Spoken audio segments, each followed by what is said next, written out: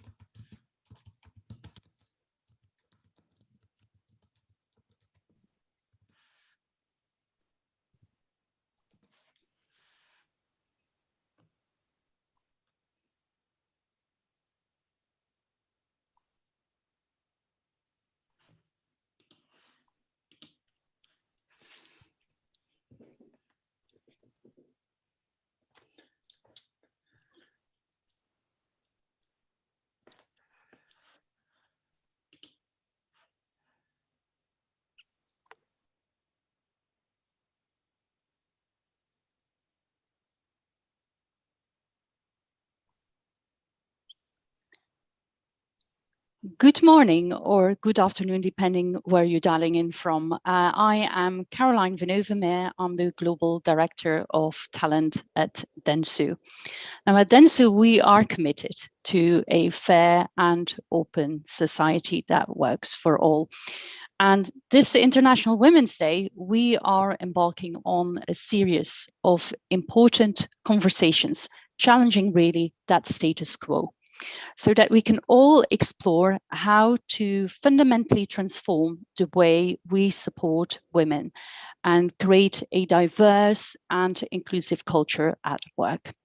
We can all choose to challenge gender bias in our businesses and embrace that individuality and enable that to happen at work, to make sure that we have a culture of respect, and also not just stay with words, but commit ourselves into action, so we make sure as well that women's careers can thrive. I think you have done absolutely the right thing to set an hour aside of your time because you're up for a treat. I'm so delighted to sharing the virtual panel with these four incredible women to discuss not only the enablers, but also the obstacles to an open and inclusive workplace. And I'm going to ask them to introduce themselves to you now. Divya, why don't you start?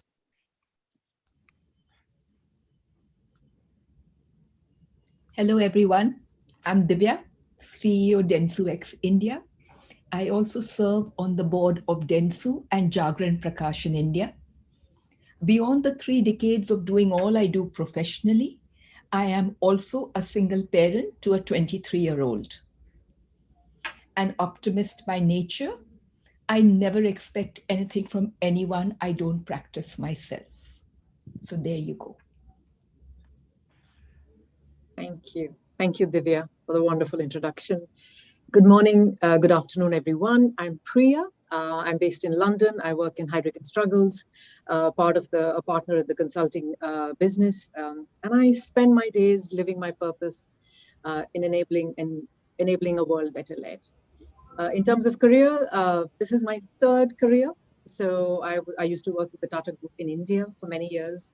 Had a wonderful career starting off as a only non-engineer woman in an engineering organization. From there on, I moved to banking. I worked with Citigroup for 14 years across Asia, Europe, and North America. Again, a wonderful career with great sponsors and people who believed in who I was.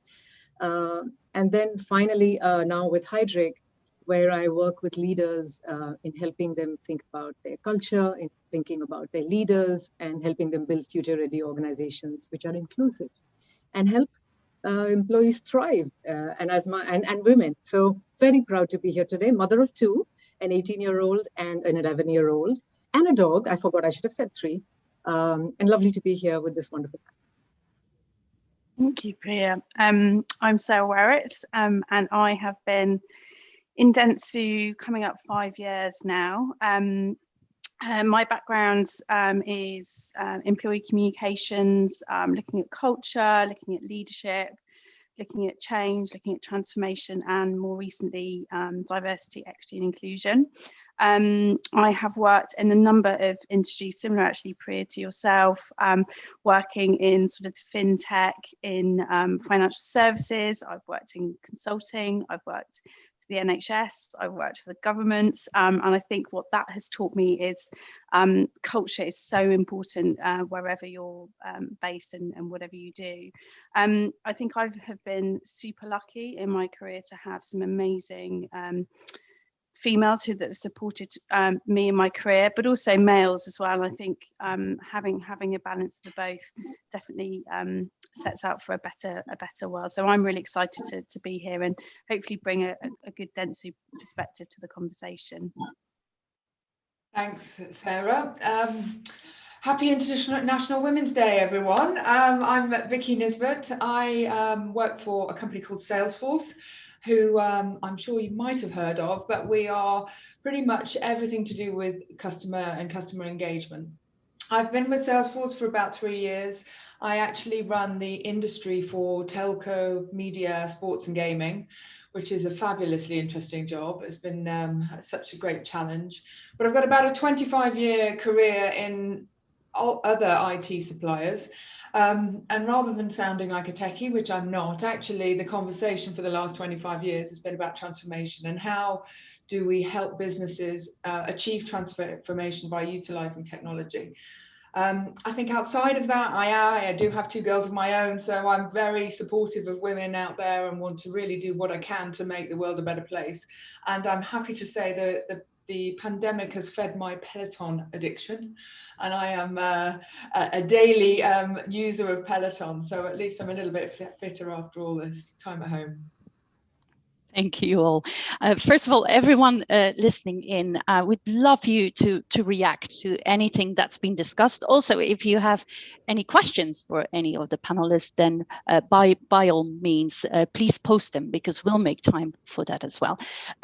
Vicky, if you allow me, I'm going to start with yourselves. Based on your experience, what do you think are the building blocks for an inclusive and open culture? Well, it's an interesting question, isn't it? And I think overall, the main important factor is to be aware and to have things out in the open. I'm very lucky. I work for a company that has equality as one of its core values. So it goes to the very heart of everything we do. It's about the way we treat each other, the way we treat our customers. And they actually have have called out, if you like, a vision to provide or create a workplace which reflects society. So not only is that a great thing to identify with as an employee, but I think the fact that it's out there means that people have the courage to be able to stand up and challenge when things don't go that way. Okay. So if you're in an environment that you feel is safe for you to be able to call out, I mean, the hashtag choose to challenge is absolutely brilliant, isn't it? It's making us all think. How many times do we walk past something that's maybe a little bit inappropriate? I had one this morning on Facebook. I posted Happy International Women's Day, and one of my friends posted it was supposed to be yesterday, but she didn't get ready on time. And I'm happy to say that since that went up, horrific as it is, one of my other friends did a hashtag choose to challenge and called out gender stereotyping. So the fact that the conversation is out there is making a huge difference. And at Salesforce, we really do encourage everybody to feel that it's appropriate to call these things out, because only when we call them out will they change. We stay silent, and unfortunately, things get a lot worse. Yeah, I couldn't agree more. Creating like an environment where we feel safe, right? And where we, therefore, as well, if we feel uncomfortable with something, we can bring it up, right? We don't turn a blind eye. Actually, building on that, Vicky. Well, you might have given one away already, but what are the things that we should absolutely avoid, doing? Or you often see corporates falling into these pitfalls, right? Also, maybe embarrassing things that you witness and that you say, oh my God, no, don't do that, or crikey, right? You know, some things that make you cringe. What would you suggest we absolutely stop doing or avoid falling into the pitfall of? Well, I think I'm happy to say that I think things have really come a long way. So if I look back at my career, and now 25 years ago, and I was young and impressionable, and definitely, funny enough, somebody's knocking at my door. This is the pandemic, isn't it? I'm just going to ignore it. Young and impressionable, and I the first IT company I worked for a bank that was owned by a bank, and I walked in and they really didn't know what to do. They'd never really had to deal with women before. They didn't know what my role was in there. I felt constantly I was dealing with issues where I couldn't actually find my place or find the respect that I deserved, because they just weren't used to it. And that got worse when I had my daughters, because nobody had ever been in a sales role and been on maternity before. So the whole, the sort of prejudice I faced at that time was just terrible. Nobody knew how to do maternity leave or what the expectations were. Thankfully, things have got better. I think I've had to go through the years where I'd walk into a room and somebody would say, oh, look, ha, ha, ha, the entertainment's arrived. And the whole room would be men.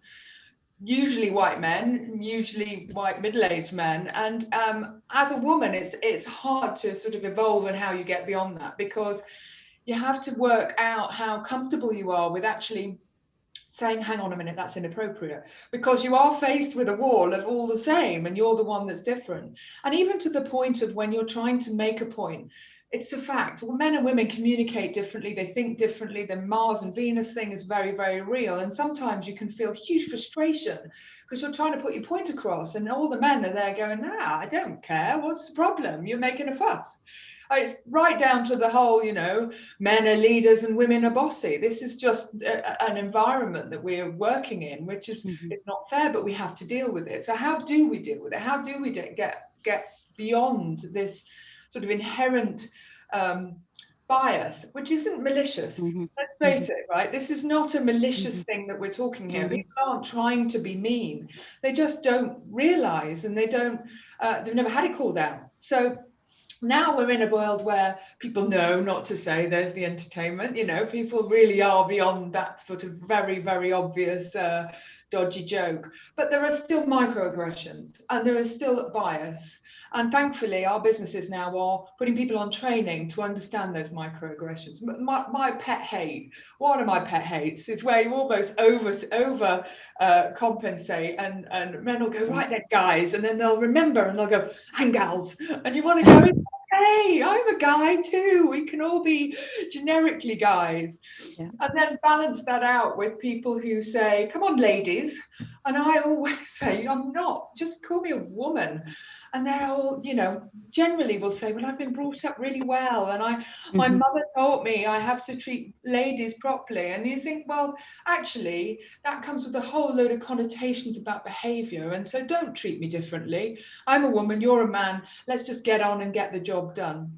So I think it's important that with this hashtag choose to challenge, we feel comfortable and confident in meetings to say, no, hang on a minute, that's inappropriate, please don't. Or don't interrupt me when I'm talking, or don't interrupt my colleague when they're talking. Don't talk over me. Let me have a voice. Let me have the place I've earned and really, own it. So go into dialogue is probably indeed what you're recommending. Calling it out, but it's almost be treated. Or make sure that you treat people like you want to be treated yourselves, right?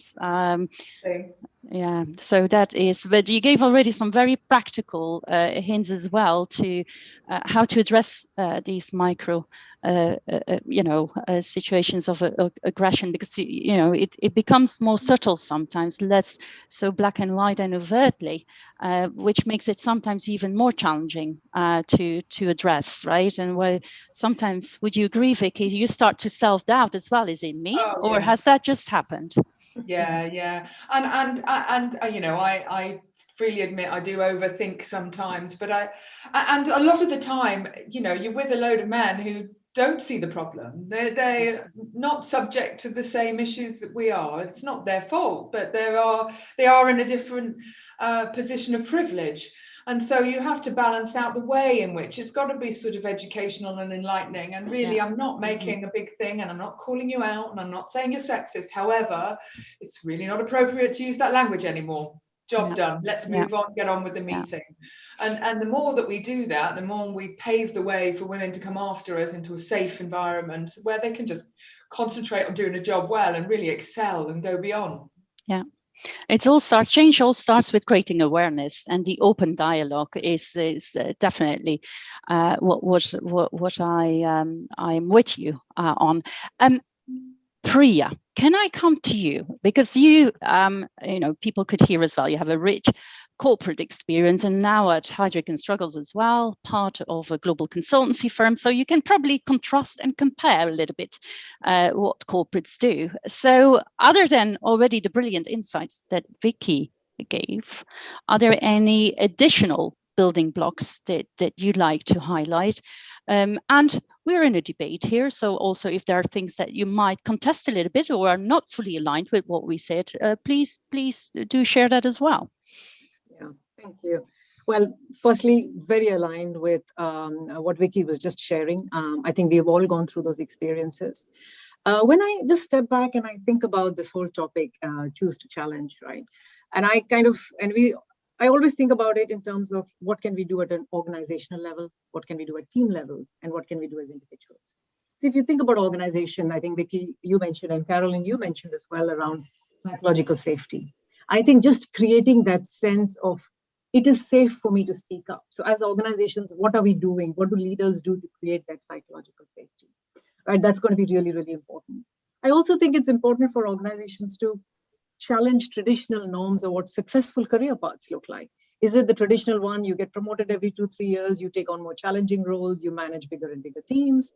Or is it creating an environment where people feel they can almost choose the career path? And success, they define success. The career path doesn't define success, if you know what I mean. So if you choose at this point in time, I want to do something completely different, I want to move laterally, then that's a successful decision as well. So just thinking differently around career paths is going to be really, really important, I think. And I guess as leaders, when I think of teams and organizations, the shadow of leaders. So to me, that resonates very strongly, both in what I did in the corporate world as well as what I do now in working with leaders. It's about just creating that self-awareness. And yes, it's a completely different place where it was when I started 25 years ago as well, but still a long way to go, right? Thinking about that self-awareness. How do I show vulnerability? How do I put myself in somebody else's shoes? Empathy. So just thinking about what those mindsets might mean as leaders is really is something else that we hear a lot around leaders becoming more aware of it, and leaders thinking that it's not just because I want to do something that's good for women, but actually if I create an environment, an inclusive environment where women are successful and thrive, actually that's good for the business. It's not just good for women, it's good for the entire business. So I think that's the other one which really resonates very strongly with me personally as well. And I guess bringing it back to individuals, I just wanted to add to one of Vicky's stories about this cringe-worthy things that happen. I still remember a while ago, a manager of mine said, I was leaving at 5:30 to go home. And the manager turned around and told me, goofing off, half day today, is it? And first time when that was said, by the way, again, like Vicky said, completely agree. It wasn't meant to be malicious. It was just a joke and it was just being friendly. And I knew there was positive. It wasn't meant to be negative at all. The first couple of times I actually laughed it off and I let it go. I'll be honest. That was a long time ago, probably middle of my career somewhere. And then I realized it was my own self-awareness. It said, you know what, if I let this go, people around me think, oh my God, I have to be not leaving at 5 o'clock. It doesn't matter that I have another world to do when I go back home. Men or women, doesn't matter, but even more women because of the responsibility for taking care of kids or, a parent or whoever at home. So by not saying something, I realized that I was almost, by permitting my manager to get away with that, I was promoting a culture which said it's okay to say that and get away with it. So I think for me, that was really about leaders being aware of how they make comments, how they crack jokes, to really be really conscious of what that might look like. And I think it happens even today. I don't know if any of you experienced it. I'm sure in media, you go for pitches with clients. I don't know if anybody ever said, oh, we are missing the diversity box. So you go because you're the woman, you're Asian, whatever, and you tick that box and go. Mm-hmm. While I get that you're being thoughtful, I would much rather say, you bring this huge difference to the table by being who you are. And that adds value to that conversation. So, just kind of being thoughtful about how we, deal with some of these things. And finally, I guess as individuals, I think each of us has a role to play, right? I'm a mom, I'm a sister, I'm a daughter, I'm a colleague, I'm a leader. And I think if I think about the impact that I could have on a daily basis, it's incredible. There's huge power that I have. So I just think bring that to myself sometimes is what can I do differently? So I don't know. I hope that adds some more context. Back to you, Caroline. It certainly does, Priya. Especially what you're saying is, even if I don't mind, others could, right? And I'm not helping the cause by staying quiet. So calling it out, contributing actively as well by doing so. And indeed, reflecting a little bit, if you are the token this or that, why is that? And taking it on in a bit more structural manner, certainly so. I'm going to get to Divya and Sara. Don't you think it's very humbling to listen in to what Vicky and Priya brought already to the table? And I know at dentsu, we're not starting from scratch, but we do realize that there's more to go after, more we can aim for, more that we plan. And Divya, can I start with you first to give us a little bit of a picture based on your experience in India? So how are we doing? What could we do more of? Right. So thank you both, Vicky and Priya, so candidly sharing your experiences. And I must say, after listening to both you guys, I realize India is not so different. Yes, we are, but not so different. So all these years, I have always myself practiced complete equality and absolute inclusivity within my team, irrespective of gender, hierarchy, even idiosyncrasies, which I celebrate in my team. You're as good as and unique as what you bring to the table. Beyond that, I must call out, I've tried to be there for every member as and when needed, individually and in an organization capacity as well. My team, past and present, will vouch for it, that I've been there. And therefore, tick mark. I was quite at peace with myself. I'm good. When asked on discrimination in our industry, I would very stoically defend and say, no, not in our industry. Certainly not on my watch. Today, I stand corrected. I stand corrected. I realize that it's not enough. It's not enough. We need to do more, much, much more. And let me, take you through where I feel we need to do more. 3 broad areas in my mind. The first one is all about practicing both equality and equity. Now, this is a term I have just learned, and I will narrate it via a story of some, 20 odd years ago, my experience, wherein I had a very good team member. When I say very good, she was good at her job, excellent at her job, but needed constant handling. She was going through such strife and challenges in her personal arena that it had permeated onto her personality. As a result, she'd fight with team members and even with clients at times. And I often had to step in to handle the situation. Not many wanted to work with her. She often wanted leave. She needed that leave at short notices, and I'd grant her. Not many understood. The feedback I received within our organization, there was a belief that I was soft on her. I was cutting her slack. But not everyone knew her circumstances, including HR. Now, and it's not as if I didn't question myself. I questioned myself. Am I doing right by the organization? What are the signals I'm sending out? And so on. I now, after attending our global workshop, I now realize that what I was instinctively, the decisions I was instinctively taking was I was practicing equity. Mm-hmm. And that, to my mind, as leaders, we need to drive both equality and equity by design, more actively, more often. So that's the first area. The second area is all about biases. It's all about biases and suggestive insinuations, if I may. You know, both Vicky, you in your narrative somewhere you said, sometimes I think I overthink it. Or Priya, you said, and so candidly admitted that the first couple of times you didn't call it out. You paused, but you did not call it out. So these biases, let's face it, every one of us has a bias, conscious and unconscious. And it creeps in almost insidiously. We accept the norm. What is even more dangerous are the unconscious biases where, you know, like, for example, me, where I used to stoically defend, saying there's no discrimination, none at all. And now I'm admitting that, you know, I then believed what I did, and now I believe what I do. And that's gone through a change. Mm-hmm.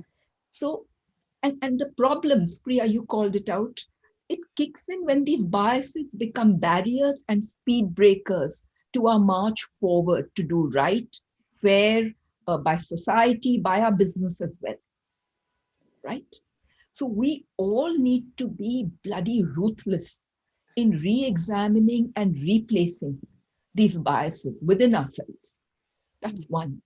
Second is we need to guard against these insidious stereotyping and insinuations. Oh, you know, she's like that. And so on and so forth. And it's subtly slipped in, and it's usually slipped in by the weak links in the chain. So therefore, leaders need to be doubly vigilant in holding themselves accountable on both scores. The biases, because the signals that we send out will permeate through the organization. So that's the second bit. The third bit is setting metrics and measuring them. Caroline, you asked me, what are you guys doing in India? Mm-hmm. We've moved some, but I would be the first one to admit, hey guys, this is a big WIP in India. We are working on it. I do not want to shoot from the hip. We are working on it, and I will work very closely with our HR and do right in the mandate that I have. We will work on it. But you know what's lovely is there is a clear and unequivocal clarion call from our leaders, Wendy, Anna, earlier this week, where by 2025, 50% of our dentsu international exec team are going to be women. That's just 4.5 years away, not too much of time. And obviously, all markets need to participate and take up this challenge. So by introducing these measurable targets, we are providing focused directions and ensuring that we hold ourselves accountable, each one of us. So that to my mind is where we are. Over to you, Sara. Thanks, Divya. Actually, that point I'll build on. I think if I sort of take a step back, for me in dentsu, I think I look at it in kind of three lenses. The first is around our commitment. I think, you know, so many businesses, and similar to what Vicky was saying earlier on as well, is, you know, we've articulated the business case. We know we need to really look at building inclusive workplaces. It's better for business. It's better for our people. And we really do encourage, I think, building that fair and equitable workplace. And if we look at gender specifically, as Divya said, it was just last week we set out these 2 targets to 2025, one of which is 50% of our senior exec and exec level being female by 2025.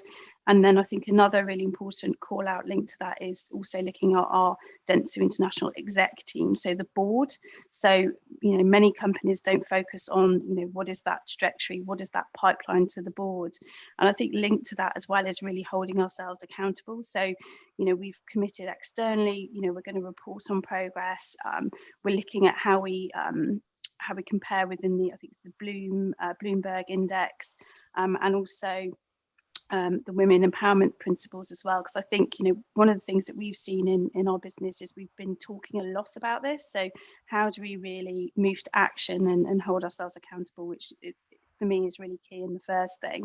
The second, which I think Divya touched on as well, is around our data and insights. So in the last sort of 12 to 18 months, we have just got so much better on understanding our data and insights, and there's huge amounts of work that goes on behind the scenes. And I think one of the benefits and one of the areas is gender data. We've actually got pretty robust data, and I was looking at the statistics actually on Friday, and as an organisation, so 40,000 plus, we're pretty well gender balanced. I think we're about 53% female population as a whole, but 2 areas that I think really stand out, and one is that leadership pipeline. So we're probably round about the mid 30%. So as Divya says, we've got 4.5 years to get there.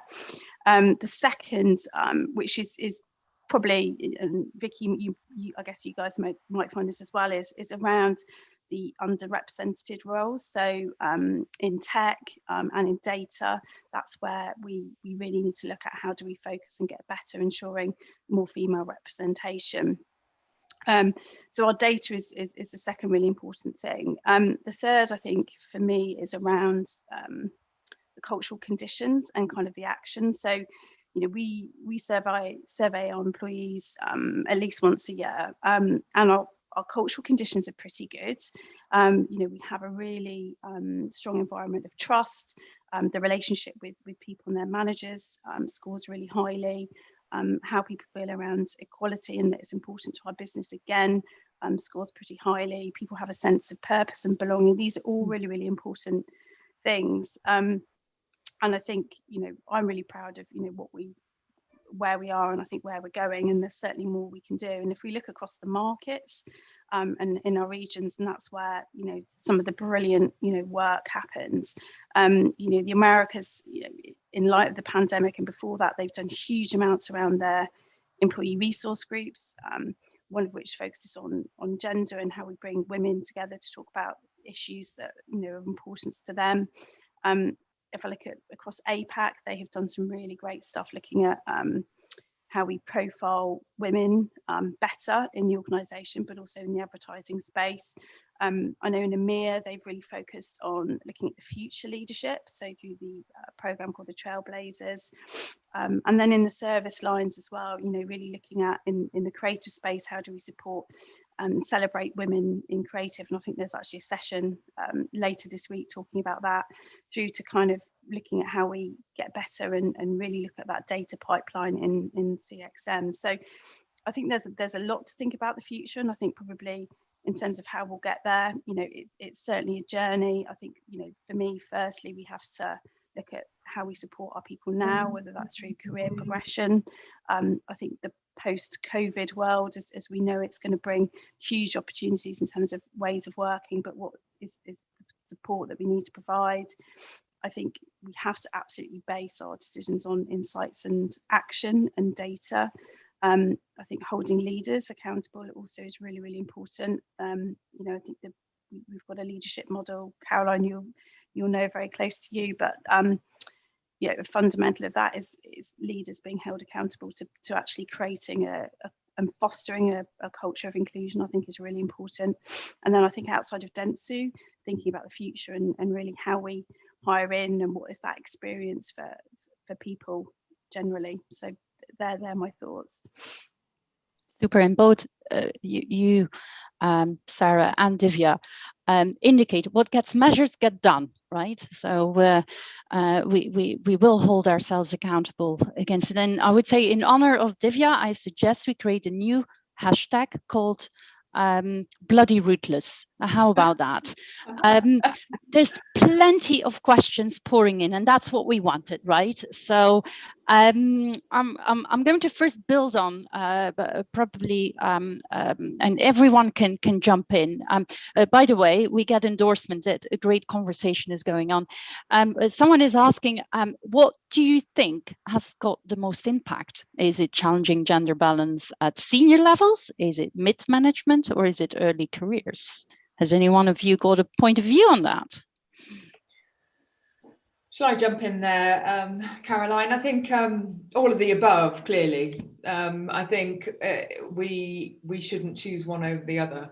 However, what I would say is that I'm not sure about your experience, but I'm finding that the women that are coming through now, so the new generations that are coming through, have expectations that are very different. And often, even if I talk to my daughters, they're in their early 20s now, some of the things I might explain that I've experienced, they're absolutely horrific to them. They would not expect that at all. So expectations are higher. So they are going to be a lot less tolerant of what we might see as microaggressions now, because that's not how they work.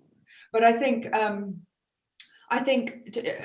to go for the obvious, you have to go for the leadership, right? We have to have the mastheads, the figureheads of our businesses living the values that they say they want to live. So it's very, very important that from top down, everybody signs up for this kind of behavior. We're kind of stringent on it in Salesforce, because we each have what we call a V2 MOM, which is visions, values, measurements, obstacles, and methods, which everybody publishes from Mark Benioff down. So we have a very, very clear and obvious direction. And I can't say enough about the measuring. I mean, the three things I've sort of written down is see it, measure it, improve it. Yeah. And that's at every level. And if we do those three things, the whole thing will have a huge impact. But I think also it's about the individual. I noticed on one of the comments is need to call it out, being putting the onus on women to make the world a better place. And I suppose it is a bit, right? But I don't think it's exclusive. I don't think it's all on us or all on them. I think it's everybody. It's everyone, to be inclusive of everyone. One of the key things here was, for me, it's not, don't do it because it's right. Do it because it makes the workplace a better place. There are more ideas, more creativity, more diversity within teams, means that we will all be more successful. We will all grow and lead and go forward. So yes, I agree. Some people will not feel comfortable with calling it out, in which case don't. But those that do, please do, because this is how we'll change. And that's at all levels: leadership, management, and early stage career. Yeah, and Vicky, building on that, because there was another question as well that said, and if these unaware comments are being made, what's the best channel to react to them as well? Is it a formal email? Is it, some other way? Have you got a view on that? I think it probably depends on the severity of the comment. Personally, I don't do anything in public forum, because I think that can be aggressive in itself, and I don't want to embarrass anyone. And as I say, I think a lot of the time it's an unconscious bias, right? So it's not something that anybody's aware of. So I would say, depending on who it is, to just have a sideline conversation, because most people will say, oh my God, I had no idea that could be offensive. I don't want to do that. So you're actually sort of helping them be more comfortable in the future. So I wouldn't necessarily put it on an email, just because it's quite formal. But if it's bad, and I think this is back to the sort of openness and the psychological safety. If it's bad, put it on an email, go hard and go to HR, because bullying, for example, is not right. We're talking about the other end of the scale with tiny little microaggressions that people are unaware of. But if you witness something that you believe is inappropriate behavior, then absolutely go hard. Yeah, I couldn't agree more. Can I just add? Sorry, go ahead, Caroline. Please go.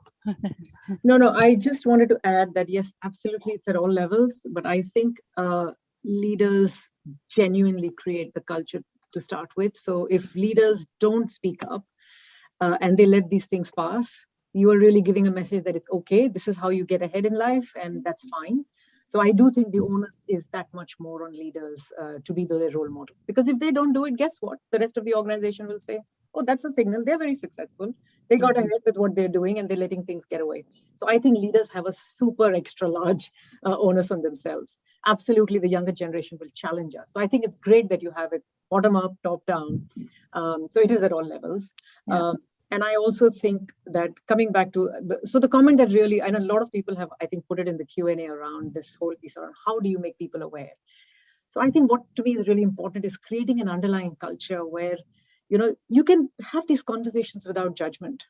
So if somebody says something which is, really off, but they didn't mean it or whatever. So I think it's just creating that environment where, you can just say, I made a mistake. I'm sorry. I didn't realize what I said hurt someone. What would be the better way of doing it? So it's a two-way thing. It's not onus on one or the other. But I think it's just having that open environment, which is not judgmental when you make these mistakes. Yeah. All of us do. And not making assumptions, right? Because things might not always be what they seem. I think this is the moment where I'm going to say big thank you to Jitesh, Harish, and Craig in making also this panel happen.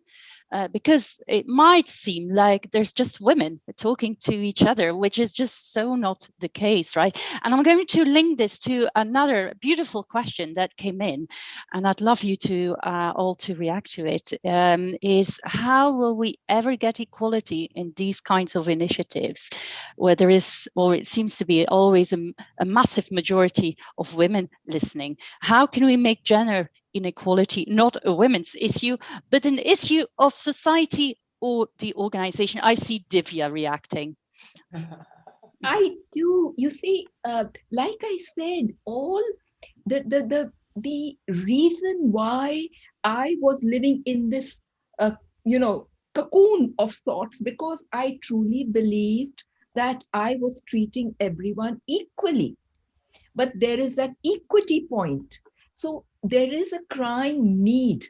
And all of us are vulnerable, males and females, to these biases. So earlier, Vicky, when you pointed out that you would take them one-on-one, if and call it out, I agree. A part of my mind was saying, as difficult it is for us to call out, it's equally difficult for men to take it on board and say, hey guys, unintentional, I did it, and I'm going to change. It's not easy. Human nature, it's not easy for anybody to take on board the criticism. So if we have not yet reached the space where males and females, be it as much as we want to make it laissez-faire, once we reach that place, then it's completely laissez-faire. But right now, we need to ensure equity. That is the wisdom I have just acquired, and there it is. So I am a convert, and I am going to do what it takes. All I can do what it takes to ensure that equity. Mm-hmm. And I think I'm going to link that to as well another question, if I may, that you could probably link to it as well, which came out earlier in this conversation, and that is how we deal with issues as well faced by other people that feel like not equally represented. We could think here of the LGBTQ community, for instance, as well, who sometimes feels ignored within this discussion of inclusion in the workplace. Any further thoughts on that as well? So I mentioned the fact that, we celebrate idiosyncrasies. As long as we have a far more empathetic culture, one of my panelists mentioned culture. I think, Sarah, you did.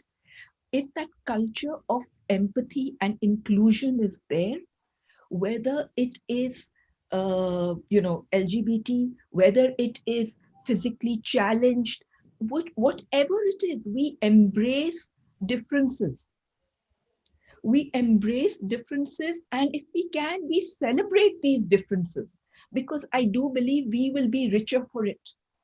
So that I think addresses all kinds of disparities. And in our workshop, we discovered that on the surface, Priya and I could well be clubbed as one, female, wide age group, whatever age group XYZ, but that we are perhaps as different from each other as with a male colleague of mine. So that I hope answers. Yeah. But very true, because there's so many, they're visible differences, but there's so many invisible differences, right? And it's just, I would say, by leaning in, taking an interest, asking questions, taking an interest really in people that you will appreciate as well, the difference, and then most of the time realize how enriching they are. Wouldn't you agree? Plenty of more questions flowing through, and we keep on encouraging you to ask them, because we'd like to answer them collectively as well. Maybe one that I spotted was about the role that we could play as an industry. So what could the media and creative communications industry play in raising awareness about open and inclusive workplaces? And is it different than maybe any other industry here? Any views on that? I'm happy to sort of start off. So I think great question.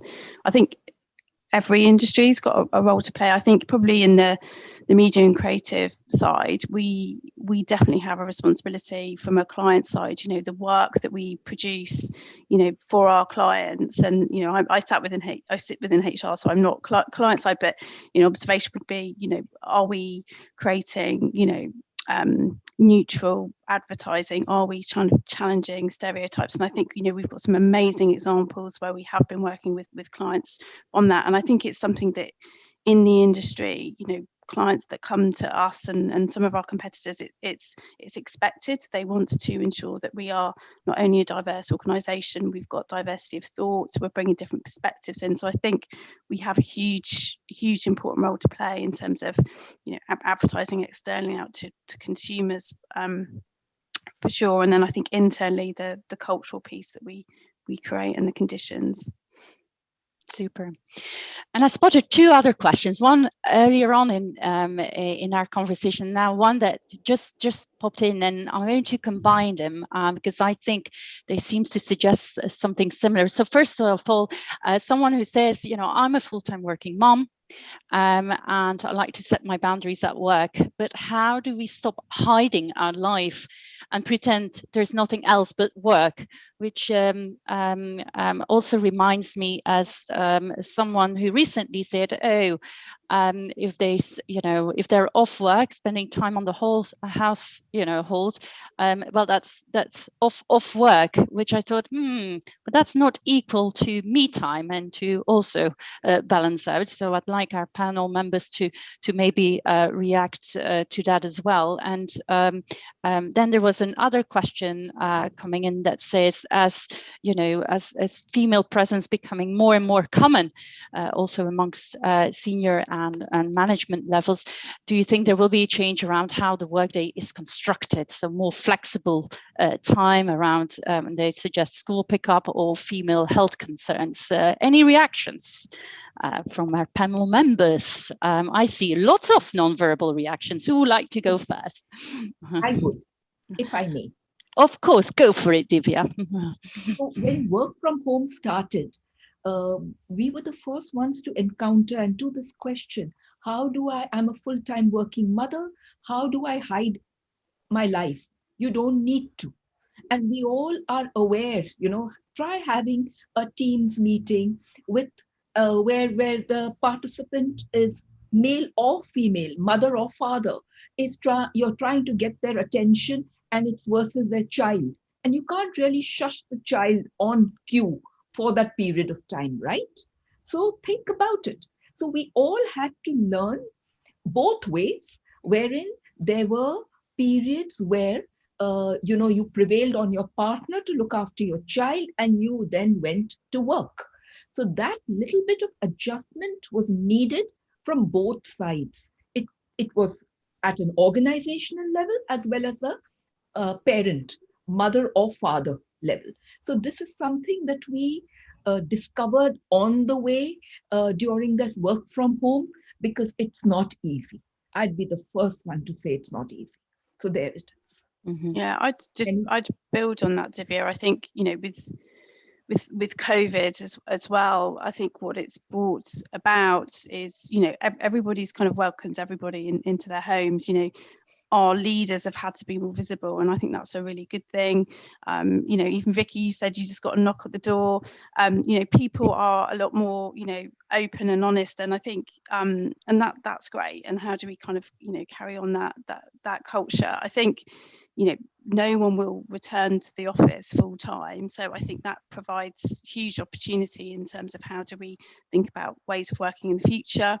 The other thing I think is really important is everybody's well-being probably has been impacted as well. And certainly, you know, I found, you know, the home and work, you know, the lines are blurred, you know, you can be online longer, etc. So it's really focusing on the well-being of us individuals, and what are the steps we need to do. Is it just putting that hour in to take that lunch break? Is it, you know, to make sure on a Friday, you know, you're trying not to do, you know, meetings, etc. And I think, you know, managers together with employees, you know, we've got a huge opportunity to kind of really make the future of work better for everybody. Thank you. Priya. I just want to, yes, Vicky, please go. Add in there, because I absolutely agree, and I think that's going to be one of the things from the pandemic is the back end of that question was around flexible working hours. Yeah. And I think there's no way we're going to go back, right? We've managed to unlock a huge resources of working people, whether it be back to work parents who previously, you know, couldn't travel into London to be able to work, and so didn't. Whereas now we understand that whether it be a call center, whether it be my job, whether it be your job, we can all work from home, and we're perfectly capable of having the same levels of productivity without that sort of presenteeism that used to rock everywhere, didn't it? It was like, oh, if I don't see you, then you're not working. Well, look at that. We absolutely are. But I think one of the big benefits that I've found from this and the change in the working patterns, and this is across the board, is that authenticity and ability to be truly authentic. A little bit back to the LGBTQ question. I was lucky enough to be part of the launch of the Oracle LGBTQ group when I was there, and we had a speaker in, and the guy was maybe in his 50s, and he was describing a world where he was, when he was younger and he was working for one of the big SIs, he was gay and he wasn't out, and so he wasn't able to come in on a Monday and say, oh, I had a great weekend, I went away with my boyfriend. It was like he had to think before he spoke, because it always came alive. And one thing I hadn't really realized till I heard that is that for working mothers, we do that a lot. Even the 5 o'clock leaving, it's what's not being said, that is, I need to go home to feed my kids, to see them and bath them and put them to bed and read a story. And we don't say that. We don't say I have to leave to give my children quality time, because that's seen as a weakness. And then we become sort of substandard, and we've already just been knocked back the career ladder 6 months or a year because we've had maternity leave. Goodness sake, how dare we? You know, we've been out of the career. So we're, you know, I'm at levels of my career which I'm back on the men that I used to work with, because they haven't had that kind of a break.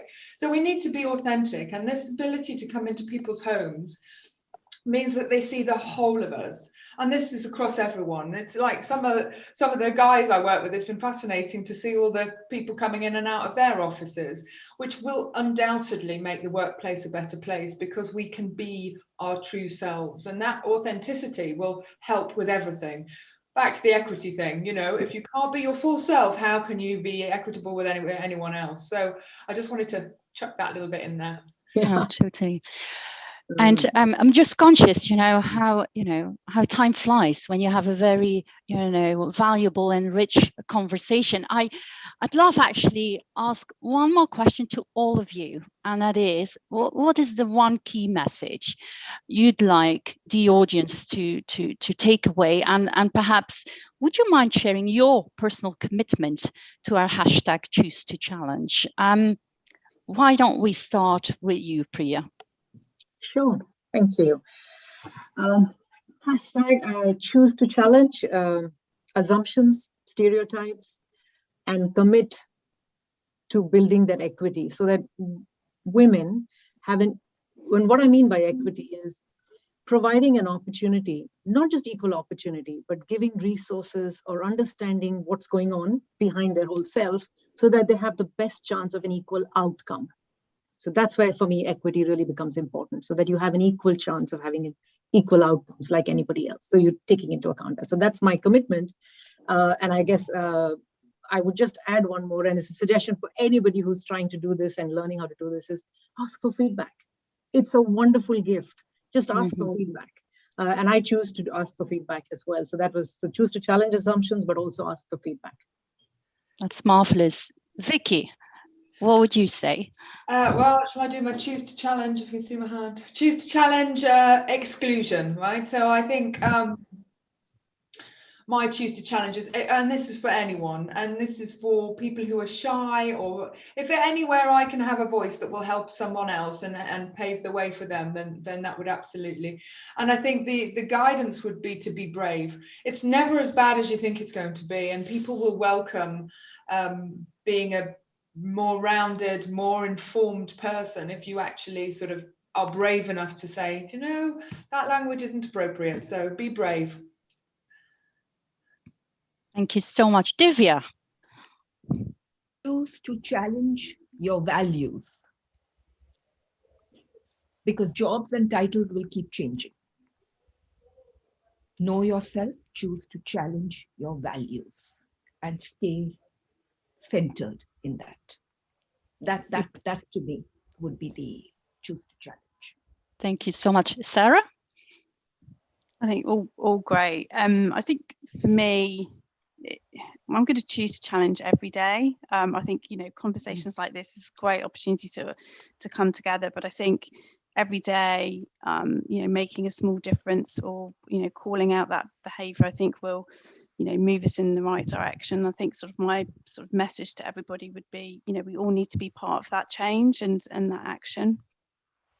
Super duper. We heard so many great examples through which we can really positively influence an open and inclusive workplace where we truly, you know, embrace difference as something enriching, as something we value, as something, you know, us creating a culture where we feel that everyone should feel comfortable in showing their authentic self and feel really empowered, you know, to reach that full potential. I would say it would be lovely in the chat. We, you know, thank you so much for all your high quality questions that came through. Please do share with us as well what may be inspired by the conversation today, what you choose to be your commitment to the hashtag choose to challenge, what you will continue doing, maybe what you might stop doing. And I wanted to say as well a big thank you to our panel members for making it such a rich conversation. Please do provide your feedback to them as well. I thought they did awesome. If you think the same way, please let them see that as well by your comments in the chat. And there's plenty of more webinars and panel discussions that we are organizing this week in honor of our International Women's Day. So there will be a link now posted in the chat as well, should there be any topic of interest to you that you also want to join. Plenty of inspiration for us. I'd like to thank all of you for your active contribution, and again, also the people behind the scenes for making this happen. Thank you so much and have a lovely rest of your day. Bye for now.